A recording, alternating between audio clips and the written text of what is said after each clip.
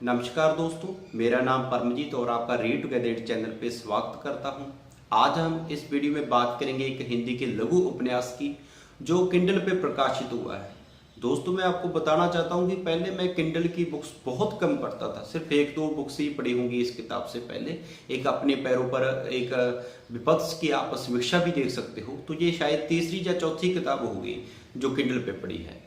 तो ज़्यादातर मैं जो हार्ड कॉपी ही पसंद करता हूँ, उसका आपको भी कारण पता है कि जो फीलिंग हार्ड कॉपी में होती है वो किंडल पे नहीं होती। बट अगर प्राइस की डिफरेंस की बात करें तो किंडल का जो प्राइस है बहुत ही कम रहता है, लगभग हाफ ही रेट रह जाता है। तो अब बात करते हैं जो आज मैंने किताब पढ़ी है। उस किताब का नाम है ओए मास्टर के लौंडे। ओए मास्टर के लौंडे की लेखिका हैं दीप्ति मित्तल और इस किताब के टोटल पन्ने हैं 76, क्योंकि ये लघु उपन्यास है और इसका जो प्राइस रखा है वो 49। अगर यही किताब हार्ड कॉपी में पेपरबैक में आप पढ़ते तो कम से कम इस किताब का प्राइस होता 100 रुपये और किंडल पे इसका किताब का प्राइस है 49। तो अगर आपने ये किताब खरीदनी है तो नीचे मैंने डिस्क्रिप्शन में इसका लिंक भी दिया हुआ है, वहां पे जाके आप खरीद सकते हो। उससे पहले आप ये पूरी वीडियो देखो और जानो इसमें किताब में लेखिका क्या कह रही है, इसकी समीक्षा सुनो। पहले किताब के विषय के बारे में बात करें तो इस किताब का विषय है कि नौकरी वाले पेरेंट्स और जो घरेलू काम करते हैं उनके बच्चों की जो मानसिकता होती है उनमें कितना अंतर होता है, उनको क्या क्या चीजें का सामना करना पड़ता है। वही चीजों का जो ताना बाना है, वही कहानी का जो ताना बाना है लेखिका ने इस उपन्यास के माध्यम से पाठकों के सामने रखा है। अगर इसके मुख्य पात्र की बात करें तो दो जो दोस्त है वही मुख्य पात्र हैं, दिपेश और हरदीप। आप बात करते हैं उपन्यास के कथानक की, तो ये 1980 दशक की कहानी है, यानी कि 1980 या 90 2010 से पहले जो भी बच्चे हैं, जो भी उनको पता है वो इस मानसिकता को या इस चीज़ों को झेल चुके हैं, उनको अपना बचपन याद आएगा। ये सिर्फ ये नहीं है कि 1980 वाले दशक की ही कहानी है, बेशक लेखिका ने उस एंगल से लिखा है, बट मेरा मानना है कि जब तक ये नेट की क्रांति नहीं आई थी और जब तक ये प्राइवेट स्कूलों का निजीकरण ज़्यादा नहीं हुआ था तब की ये कहानी लगा लो, क्योंकि तब के बच्चे हैं जो पिता से बहुत ज़्यादा डरते थे। जो भी अपनी बात होती थी वो अपनी मम्मी से ही शेयर करते थे, पिता से नहीं करते थे। आज का दौर थोड़ा चेंज हो गया है, तो जो आज के बच्चे हैं यानी कि आज के पाठक हैं उनको थोड़ी सी दिक्कत आ सकती है इस कहानी को पढ़ते हुए, क्योंकि वो इस चीज को शायद ना समझ सके। यह कहानी दिपेश के कोण से चलती है, यानी कि उनके एंगल से बताई गई है। तो दिपेश सोचता है कि काश वह मास्टर का लौंडा ना होता, क्योंकि मास्टर का लौंडा होने के कारण उनको बहुत सारी मुसीबतों झेलनी पड़ती हैं। जैसे स्कूल में भी अलग बर्ताव करते हैं उनके साथ टीचर कि ये उस मास्टर का प्रोफेसर का लौंडा है, और जो उनके घर की स्थिति है वहाँ पे भी उनका डेली होमवर्क चेक होता है, क्योंकि उनके जो पेरेंट्स हैं वो पढ़े लिखे हैं, वो भी मास्टर हैं, तो उनको सारा ही पता है। वो होमवर्क करना पड़ता है और उनको हर टाइम अनुशासन में रहना पड़ता है। कहीं भी वह बाहर घूम नहीं सकता आज़ादी से, कोई मूवीज नहीं देख सकता, यानी कि सिनेमा नहीं जा सकता, कोई मेले या बाजार में नहीं जा सकता जैसे कि जो आम बच्चे जा सकते हैं, और सारा दिन स्कूल के बाद आने के बाद वो बाहर खेलते रहते हैं। लेकिन ऐसी ऑप्शन दिपेश के पास नहीं है, इसी कारण वह सोचता है कि काश वह मास्टर का लौंडा नहीं होता। तो दूसरी तरफ अगर उसके दोस्त की बात करें हरदीप की, तो हरदीप चाय बेचने वाले का बेटा है और उसके पास सारी ही आज़ादी है।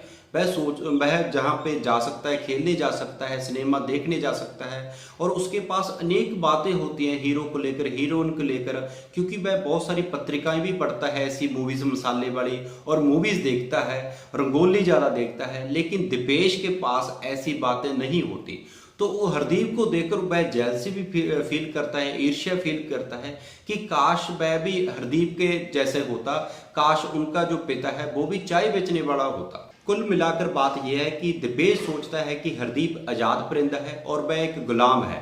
तो अब बात यह आती है कि क्या दिपेश की जो सोच है वो बदलेगी कहानी के अंत में, और जो पढ़े लिखे माता पिता होते हैं वो ज्यादा ही बच्चे पे ध्यान देते हैं, जिसके कारण उनका जो बचपन खो जाता है। तो ऐसी बहुत सारी बातें हैं, बहुत सारे ट्विस्ट भी हैं जो मैं इस मिक्सचर में आपके साथ शेयर नहीं कर रहा, ताकि आप उस किताब को पढ़ें और उस फील को समझें।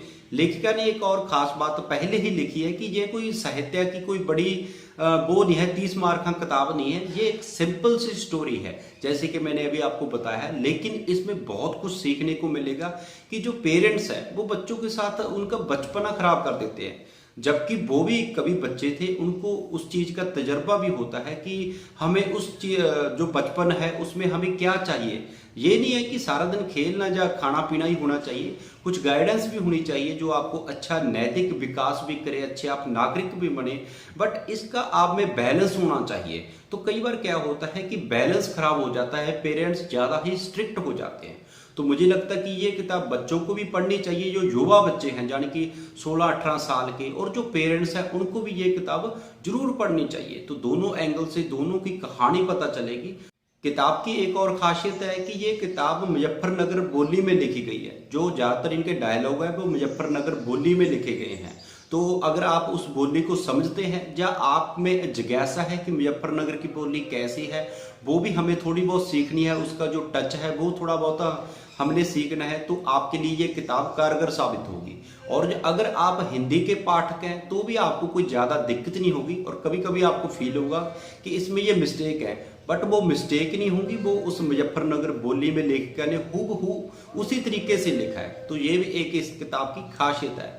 बाकी आप इस किताब को पढ़ें और बताएं कि आपको ये समीक्षा कैसे लगी, ये सही समीक्षा थी या सिर्फ ये है कि लेखिका की मैंने तारीफें की है। बट मुझे लगता है कि मैं वही चीज बताता हूँ जो किताब में होती है, बाकी आपके ऊपर डिपेंड करता है कि आप किस तरह के पाठ को, आपकी चॉइस कौन सी है, क्योंकि सभी की चॉइस अलग अलग होती है। मैंने बहुत बार वीडियो में आपको पहले भी बताया है।